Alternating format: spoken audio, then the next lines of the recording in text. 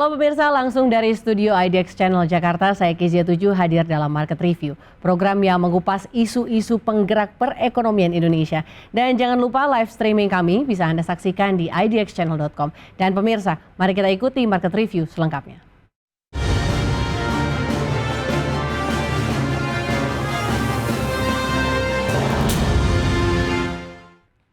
Ya pemirsa, Kementerian Agama dan Komisi 8 DPR RI menyepakati besaran biaya penyelenggaraan ibadah haji tahun 2024 sebesar 93,4 juta rupiah. Adapun biaya yang dibayar langsung oleh jamaah haji sebesar 56 juta rupiah yang meliputi biaya penerbangan, akomodasi di Mekah dan Madinah, serta biaya hidup dan juga visa. Kementerian Agama dan Komisi 8 DPR RI menyepakati besaran biaya penyelenggaraan ibadah haji atau BPIH tahun 2014 1445 Hijriah sebesar 93,4 juta rupiah. Adapun besaran rata-rata BPIH tahun 2024 per jamaah untuk haji reguler sebesar 93,4 juta rupiah yang terdiri atas biaya bersumber dari nilai manfaat keuangan haji rata-rata per jamaah sebesar Rp37.300.000 atau sebesar 40% meliputi komponen biaya penyelenggaraan ibadah haji di Arab Saudi dan Indonesia secara keseluruhan nilai manfaat yang digunakan sebesar Rp8,2 triliun. Sementara itu biaya perjalanan ibadah haji atau biaya yang dibayar langsung oleh jamaah haji rata-rata per jamaah sebesar Rp56 juta atau sebesar 60% meliputi biaya penerbangan, akomodasi di Mekah, sebagian akomodasi di Madinah, biaya hidup, dan biaya visa. Penetapan dari BPIH kemarin antara Komisi 8 DPR RI dengan Kemenak itu adalah angka yang paling optimal. Ya, yang pertama dari sisi harga, kita ketahui di awal harganya 105, kemudian turun menjadi 93,4. Itu merupakan suatu prestasi yang luar biasa menurut kami antara DPR RI dan Kemenak. Lantas bagaimana peran Dewan Pengawas Badan Pengelola Keuangan Haji atau BPKH untuk menjaga transparansi dan akuntabilitas pengelolaan keuangan haji agar masyarakat mendapatkan informasi yang akurat dan tepat? Saksikan pembahasannya sesaat lagi. Ya pemirsa, untuk membahas tema menarik kita hari ini, strategi BPKH di 2024 pasca kenaikan biaya haji, sudah hadir bersama kami di studio IDX Channel, Bapak Heru Muarasidik selaku Dewan Pengawas Badan Pengelola Keuangan Haji BPKH. Assalamualaikum Pak Heru, terima kasih atas kesediaannya. Waalaikumsalam warahmatullahi wabarakatuh. Terima kasih Pak Heru. Terkait dengan biaya haji yang dimana pemerintah dan DPR telah menetapkan besaran biaya penyelenggaraan haji ini di 93,4 juta rupiah, Pak. Ya. Sebetulnya apakah kemudian Dewan Pengawas juga terlibat dalam penentuan biaya tersebut? Baik, terima kasih pertanyaannya Mbak Kezia. Jadi pada dasarnya BPKH itu tidak terlibat secara langsung dalam menetapkan besaran dari BPIH. Ya.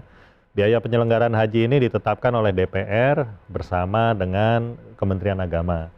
Lantas peran BPKH apa gitu ya, khususnya Badan Pengawas. Nah, kami di Badan Pengawas itu memberikan masukan-masukan, saran-saran apa saja dari komponen-komponen biaya penyelenggaraan haji yang bisa dihemat.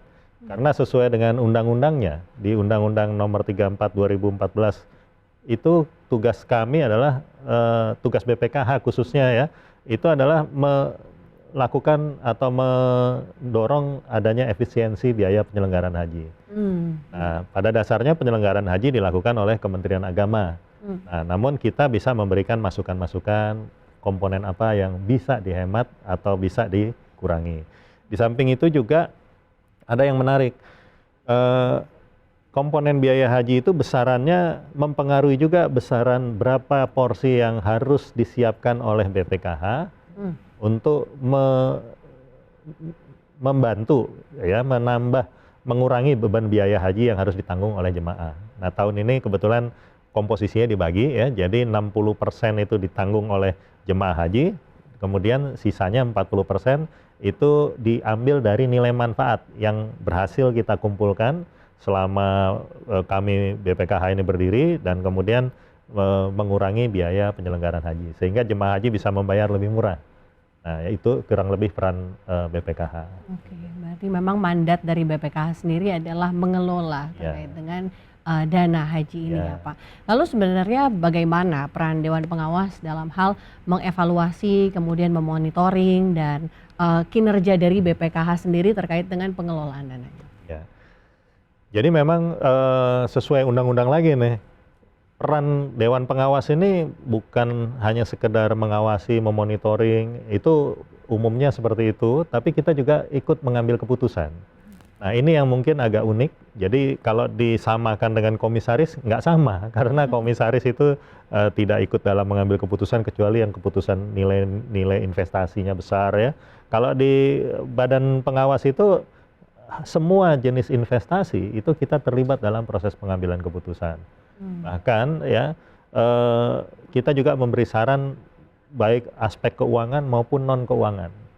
Jadi mulai dari rencana strategis ya, rencana kerja dan anggaran tahunan, rencana audit, kemudian juga sampai kepada semua kegiatan yang terkait dengan monitoring terhadap investasi kita di berbagai tempat ya. Baik itu investasi di suku, dalam negeri, luar negeri maupun yang di perbankan. Karena perbankan kita ini ada 30 di penghimpunan aja nih ada 30 bank syariah yang terlibat dalam proses penghimpunan penempatannya. Belum lagi yang urusan dengan investasi lainnya. Oke, baik. BPKH sendiri sebagai badan pengelola keuangan haji ini, kalau dilihat dari sisi literasi keuangan masyarakat bagaimana Pak? Sejauh mana kemudian masyarakat memahami betul peranan BPKH dalam hal pengelolaan biaya haji yang kemudian ada sangkut pautnya kemudian terkait dengan dana biaya haji yang dibebankan kepada masyarakat? Ya, nah ini yang uniknya nih. Kebanyakan orang memahami peran BPKH itu ikut ngurusi haji, padahal sebetulnya kita nggak langsung mengurus hajinya. Tetapi kita seringkali memang membantu dalam arti memenuhi kebutuhan atau fasilitas pelayanan perhajian ya. Contohnya misalnya ketika dilakukan manasik, nah itu di tempat-tempat penyelenggaraan manasik, KBIH itu kita misalnya membantu memperbaiki fasilitasnya, toiletnya dan lain sebagainya ya. Banyak fasilitas-fasilitas yang diperbaiki atau difasilitasi oleh BPKH, termasuk juga sebetulnya kayak kemarin itu baju umroh ya, baju ihram itu baju ihram ya. Nah, itu disediakan oleh BPKH, termasuk juga batiknya gitu. Nah, itu yang kira-kira digunakan, dan kemudian masyarakat juga mesti menyadari bahwa dari 93 juta yang biaya penyelenggaraan haji tadi yang ditetapkan, mereka tuh nggak harus bayar 100%, hanya membayar 60%. Dalam hal ini ya sekitar 56 juta ya. Dari 56 juta itu tiap daerah beda-beda. Nggak semua embarkasi itu harganya sama, pukul rata, enggak. Tapi makin dekat secara geografis ke Saudi itu makin murah. Yang paling murah tentu saja di Aceh. Yang paling mahal tentu saja di sisi paling timurnya Indonesia gitu. Dan kemudian juga mereka juga sebetulnya sekarang sudah dibolehkan untuk membayar istilahnya setoran lunas ya. Kalau yang 25 juta itu setoran awal, nah sisanya itu boleh dicicil sebetulnya. Tetapi sosialisasinya belum berjalan karena memang baru diputuskan menjelang akhir tahun ini, dan rencananya memang akan keluar keputusan Menteri Agama yang baru ya, sehingga nanti jemaah boleh untuk mencicil setoran lunasnya dengan referensi harga tahun ini ya, tahun 2024 untuk 2025 misalnya seperti itu ya, dia nyicil.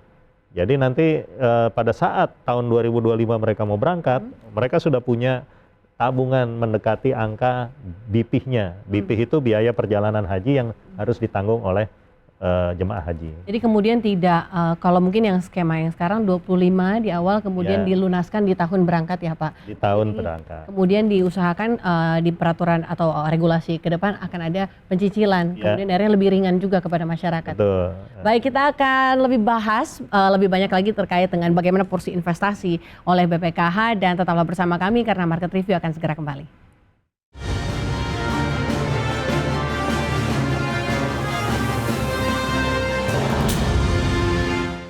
Ya pemirsa, masih membahas tema strategi bisnis BPKH di 2024 pasca kenaikan biaya haji, dan kami masih berbincang di studio Adex Channel bersama Bapak Heru Muara Sidik selaku Dewan Pengawas Badan Pengelola Keuangan Haji. Namun pemirsa, sebelum kita lanjutkan perbincangan kita dengan Pak Heru, kita akan simak infografis berikut ini. Bisa Anda saksikan di layar kaca Anda, di mana jumlah jemaah haji dunia dari tahun 2021, 2022 hingga 2023 terus mengalami pertumbuhan atau penambahan kuota, di mana di tahun 2021 ada 58.745 hingga di tahun 2023 ada 1.845.045.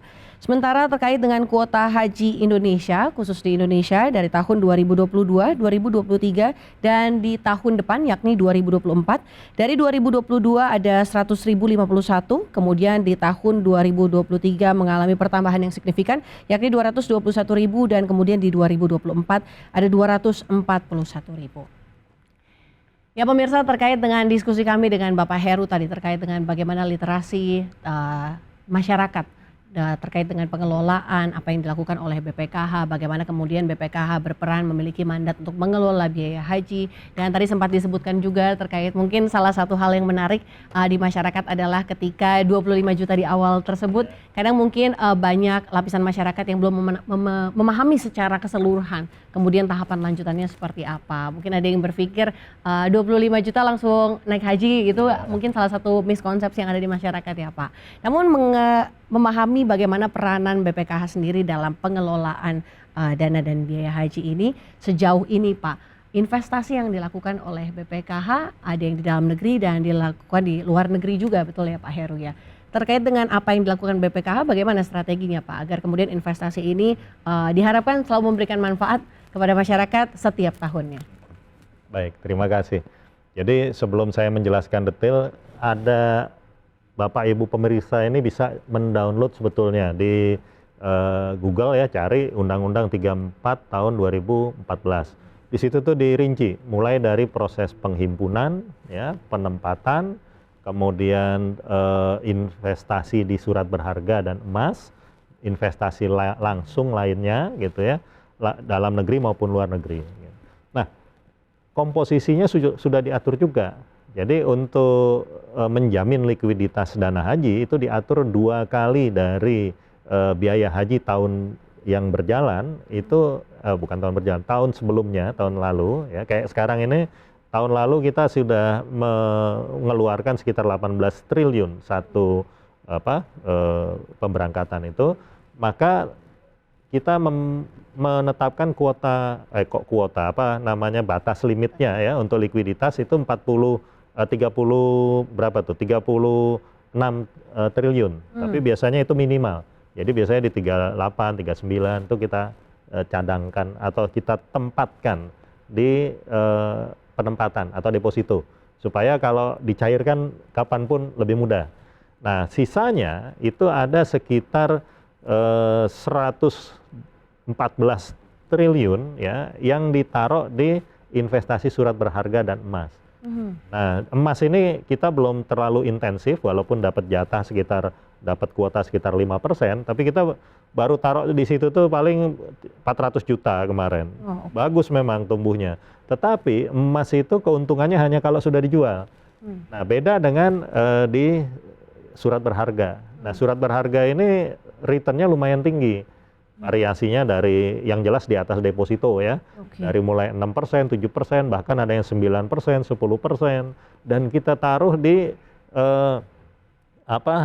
surat berharga yang resikonya rendah. Jadi resikonya rendah itu adalah yang ratingnya juga di A. Jadi nggak ada tuh ditaruh di surat berharga yang ratingnya B atau C gitu ya, apalagi C yang resikonya tinggi. Namun demikian ya, kita juga punya ruang untuk investasi langsung. Ya, investasi langsungnya sekarang di mana? Kita taruh di Bank Muamalat Indonesia. Nah, Bank Muamalat Indonesia ini sebetulnya kita invest hanya sekitar 1 triliun untuk kepemilikan sekitar 12,5%. Jadi kecil ya. Tetapi kita mendapat hibah dari ASDB sekitar 70%-nya. Jadi sekarang kita itu menguasai 82% sahamnya Bank Muamalat. Nah, Muamalat ini sendiri sebetulnya mendapat relaksasi juga dari OJK ya, sehingga kita juga lumayan dalam 2 tahun terakhir ini sudah lebih survive gitu ya. Tetapi kita harus memenuhi ketentuan OJK untuk listing. Nah ini nanti yang menjelaskan lebih bagus badan pelaksana ya. Tetapi dari sisi pengawasan saya ingin menyampaikan proses listing itu sendiri dibahas dalam rapat gabungan antara Dewan Pengawas dengan badan pelaksana untuk memutuskan nih kapan listing gitu, dan bukan kapan listing ya, memastikan bahwa listing ini berjalan sesuai rencana. Jangan sampai di tengah jalan ada yang merencanakan menunda listing. Karena apa? Kalau ditunda tentu saja nanti harga harga pasarnya nggak terlalu clear. Nah nanti dengan bursa saham di sini kita akan melakukan private listing supaya kelihatan harga sahamnya. Nah dengan begitu ketika nanti IPO itu harga sudah kelihatan. Nah mudah-mudahan bank muamalat ini akan tumbuh berkembang karena apa? Karena akan kita libatkan dalam sebuah ekosistem haji dan umroh nanti. Jadi walaupun kita mengelola keuangan haji ya, tetapi salah satu bagian dari ekosistem haji itu ya umrohnya tadi ya, yang mana umroh ini juga setiap tahun itu lumayan besar ini populasinya di atas 1,5 juta. Nah itu yang terkait bank muamalat. Selain itu kita juga ada investasi di BPKH Limited, yaitu sebuah perusahaan yang kita dirikan di Saudi. Untuk apa? Rangkaian dari efisiensi biaya haji tadi. Jadi nanti BPKH Limited ini akan menjadi mitra Kementerian Agama untuk membantu akuisisi akomodasi hotel supaya bisa lebih murah ya. Kemudian juga pelayanan cateringnya, kemudian transportasinya dan sebagainya. Sehingga biaya penyelenggaraan haji nanti bisa lebih murah, atau kalaupun tidak lebih murah, minimal ada keuntungan yang dikembalikan sebagai nilai manfaat kepada BPKH yang disalurkan ke jemaah haji berikutnya. Nah itu kira-kira investasi langsungnya ya. Nah di luar itu kami sendiri juga sedang mengelola atau mencari bentuk model bisnis yang berbasis teknologi. Jadi salah satunya itu akan membangun platform untuk ekosistem haji dan umroh, supaya setiap penyelenggaraan haji dan umroh tadi bisa melalui platform yang disediakan oleh BPKH. Dan kalau itu terjadi, maka kita akan merangkul semua travel umroh ya untuk terlibat secara aktif menyediakan atau membantu jemaah haji maupun umroh tadi memperoleh visa dan tiket pesawat lebih murah. Itu harapannya. Dan kalau itu terjadi, insya Allah nanti bukan hanya penyelenggaraan haji dan umroh lebih murah, tapi juga menghasilkan keuntungan, dan keuntungannya kembali lagi kepada para jemaah haji yang berangkat. Manfaat hasil itu ya? Ya, betul. Oke, baik. Sebenarnya ada banyak sekali strategi yang kemudian dicanangkan oleh BPKH, baik untuk kemudian efisiensi biaya, tadi juga ada perusahaan yang kemudian berdomisili di Arab Saudi ya Pak, yang kemudian agar bisa istilahnya memangkas biaya-biaya yang mungkin tinggi, tapi juga akhirnya manfaat dari biaya-biaya itu bisa kembali lagi ke Indonesia, ke masyarakat yang dimaksud dengan tadi dana manfaat hasil. Lalu apa kemudian ekosistem yang tadi sudah disebutkan oleh Pak Heru terkait dengan ekosistem haji yang tadi disebut ya Pak ya. Kita akan bahas itu sesudah jeda. Pemirsa tetaplah bersama kami di Market Review.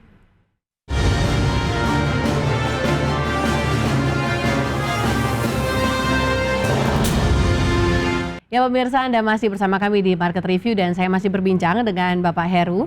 Pak Heru, tadi kita sempat bahas begitu banyak strategi investasi yang telah dilakukan oleh BPKH, dan mungkin ada salah satu yang menarik tentang ekosistem BPKH yang tadi disebutkan oleh Pak Heru. Sebetulnya apa itu ekosistem BPKH itu Pak? Ya.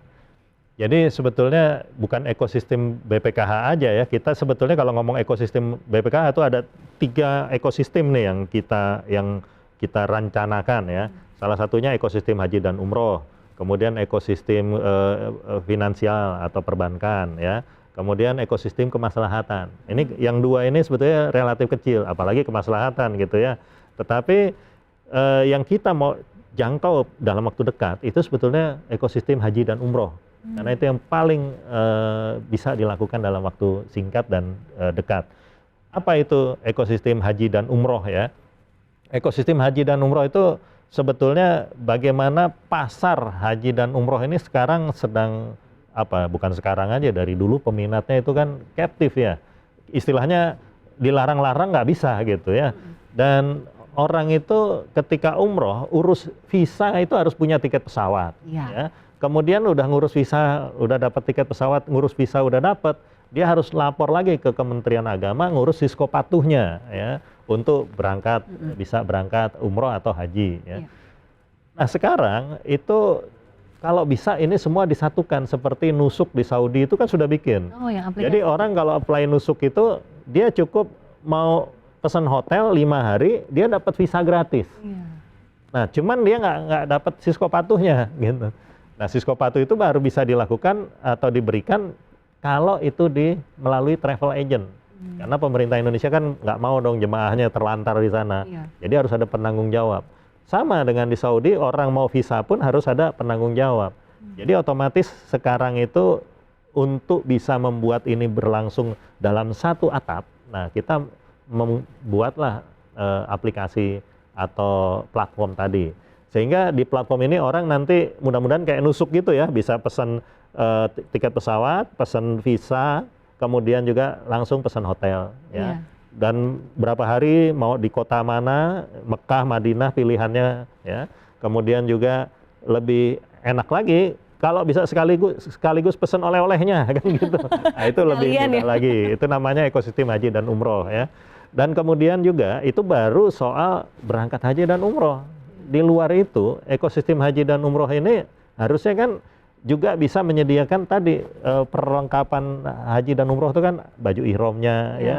Dia bisa pilih kualitas terbaik yang mana. Kemudian kalau yang buat wanita mungkin mukenanya ya. Kemudian untuk misalnya orang mau jual sejadah oleh-oleh atau mesen air zam-zam itu semua bisa ditaruh di dalam satu platform. Dan bukan berarti BPKH jualan. Tapi cuma nyediain platformnya, bagi yang mau jualan silahkan. Dan jualannya tentu saja harus memenuhi kriteria, harus syariah gitu ya. Jadi nanti kalau ada orang menggunakan aplikasi ini, mudah-mudahan bisa one stop, dia bisa belanja segala dia kebutuhannya yang sifatnya untuk keperluan haji dan umroh maupun untuk keperluan ibadah gitu. Kemudian jadi lebih mudah juga ya Pak, karena Lebih tidak mudah. terpisah-pisah, tapi ini juga kemudian aplikasinya nantinya bisa bekerja sama dan menggandeng begitu banyak pihak, jadi tidak hanya BPKH saja. Mungkin kapan Pak rencananya? Kalau secara teknologi nggak sulit. Nah, problemnya di Indonesia itu adalah regulasi, birokrasi. Antara pemerintah dengan pemerintah saja kita perlu omnibus law gitu ya. Nah, ini juga sama kira-kira begitu ya. Nanti misalnya urusan visa itu dengan pemerintah Saudi. Ya. Pemerintah Saudi itu menerapkan harga visa juga udah lumayan tinggi. Nah, ini bisa Kementerian Luar Negeri nego dong biar harga lebih murah misalnya seperti itu ya. Kemudian dengan Kementerian Agama misalnya, itu ada database siskopatuh ya. Kemudian dari Kemendagri itu ada namanya Dukcapil, nomor KTP, NIK ya. Itu bisa jadi referensi itu. Siapa, usia berapa dan sebagainya kan data lengkap. Nah, kenapa nggak ini disatukan sehingga perizinan bisa lebih mudah? Termasuk imigrasi, Kumham kan punya imigrasi. Sekarang mengeluarkan paspor umroh nggak perlu lagi surat rekomendasi Kementerian Agama. Nah, gimana caranya regulasi ini dipetani, kemudian direvisi sehingga semua jadi lebih mudah buat usernya ya, khususnya masyarakat. Sehingga kalau beli apa-apa itu atau mau pergi haji itu mudah sekali, tinggal klik selesai berangkat gitu. Nah itu maunya. Gitu. Iya baik. Kemudian ini juga akhirnya ada sinergi juga ya Pak tadi dengan kementerian lain misalnya yang akhirnya bukan hanya pihak-pihak dari mungkin pihak-pihak yang ada di dalam penyelenggaraan seperti tadi, mungkin ada UMKM juga ya Pak, tapi juga sinergi dari kementerian-kementerian terkait. Baik Pak, mungkin sebelum kita tutup diskusi kita hari ini ada mungkin satu Pak Heru atau dari BPKH ada satu regulasi mungkin yang diharapkan untuk perbaikan ke depannya atau ingin disampaikan agar kemudian ekosistem haji dan umroh ke depannya bisa jauh lebih baik. Baik. Jadi memang yang menarik di sini khususnya ya, ketika saya pertama kali dilantik tahun lalu, itu yang kepikiran pertama itu undang-undangnya sendiri ya. Undang-Undang 34 2014 itu kelihatannya memang perlu direvisi karena nggak sinkron dengan Undang-Undang nomor 8 tahun 2019, di mana kita diminta untuk melakukan efisiensi haji, tapi penyelenggaraannya dilakukan Kementerian Agama. Nah ini juga sedang diproses oleh DPR. Mudah-mudahan, kalau nggak salah sudah masuk prolegnas juga, dan mudah-mudahan bisa segera dilakukan revisi. Itu baru dari undang-undangnya aja.